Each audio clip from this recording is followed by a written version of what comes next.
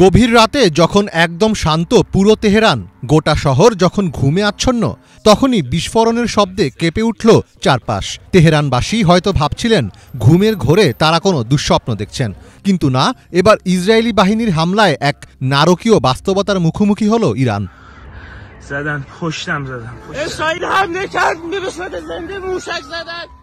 ইরানের রাজধানী তেহরান এবং আশেপাশের এলাকায় অবস্থিত পারমাণবিক ও সামরিক স্থাপনাগুলোর উপর একাধিক হামলা চালিয়েছে ইসরায়েল। ১৩ জুন ভোর ৩টার দিকে দেশটির রাজধানীতে ৬ থেকে ৯টি বিস্ফোরণের খবর পাওয়া গেছে।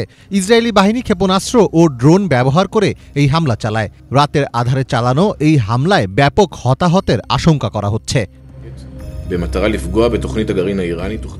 ইসরায়েলি সেনাবাহিনী নিশ্চিত করেছে যে তারা নেশন অফ লায়ন্স নামের একটি পূর্ব পরিকল্পিত সামরিক অভিযানে ইরানে আঘাত এনেছে।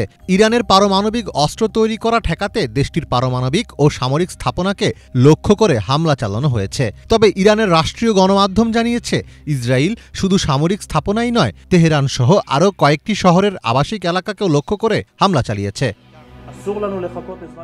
ইসরায়েলি সামরিক বাহিনী আইডিএফ বলছে এই হামলাটি গোয়েন্দা তথ্যের ভিত্তিতে পরিচালিত হয়েছে এবং এর মূল লক্ষ্য ছিল ইরানের পারমাণবিক কর্মসূচি, ব্যালিস্টিক ক্ষেপণাস্ত্র এবং সামরিক সক্ষমতা ধ্বংস করা। ২ ডজনেরও বেশি জেট বিমানের সমন্বয়ে পরিচালিত এই অভিযান ছিল নিখুঁতভাবে পরিকল্পিত।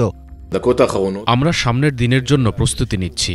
আইডিএফ দীর্ঘ সময় ধরে এই অভিযানের জন্য প্রস্তুতি নিয়েছে। প্রতিরক্ষা এবং আক্রমণ উভয় ক্ষেত্রেই আমরা সম্পূর্ণরূপে সক্ষম।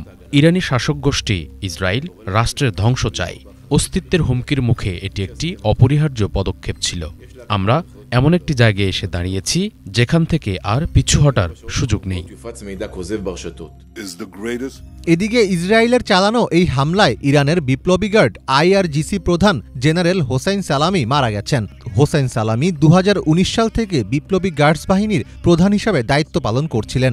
ইরানের পরমাণু ও সামরিক কৌশল নির্ধারণে তিনি ছিলেন অন্যতম গুরুত্বপূর্ণ ব্যক্তি। তার নেতৃত্বেই ইরান আঞ্চলিক প্রভাব বিস্তারের একাধিক সামরিক কার্যক্রম চালিয়ে এসেছে।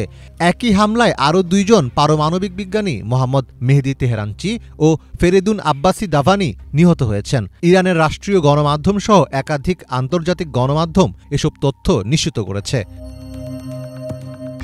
ইরান হুঁশিয়ারি দিয়ে আসছিল যুদ্ধ শুরু হলে তাদের প্রথম লক্ষ্য হবে মধ্যপ্রাচ্যে অবস্থানরত সব মার্কিন সামরিক ঘাঁটি। তবে ইসরায়েলের চালানো এই হামলার দায় নিতে চাইছে না যুক্তরাষ্ট্র। যুক্তরাষ্ট্রের পররাষ্ট্রমন্ত্রী মার্কো রুবিও জানিয়েছেন ইসরায়েল এককভাবে এই হামলা চালিয়েছে। এই হামলায় যুক্তরাষ্ট্র কোনোভাবেই জড়িত নয় এবং তাদের অগ্রাধিকার হল মধ্যপ্রাচ্যে অবস্থানরত মার্কিন সেনাদের নিরাপত্তা নিশ্চিত করা। ইরানে হামলা চালানোর পর জরুরি অবস্থা জারি করেছে ইসরায়েল। ইরানের পাল্টা হামলার আশঙ্কায় এই পদক্ষেপ নিয়েছে তেল আবিব।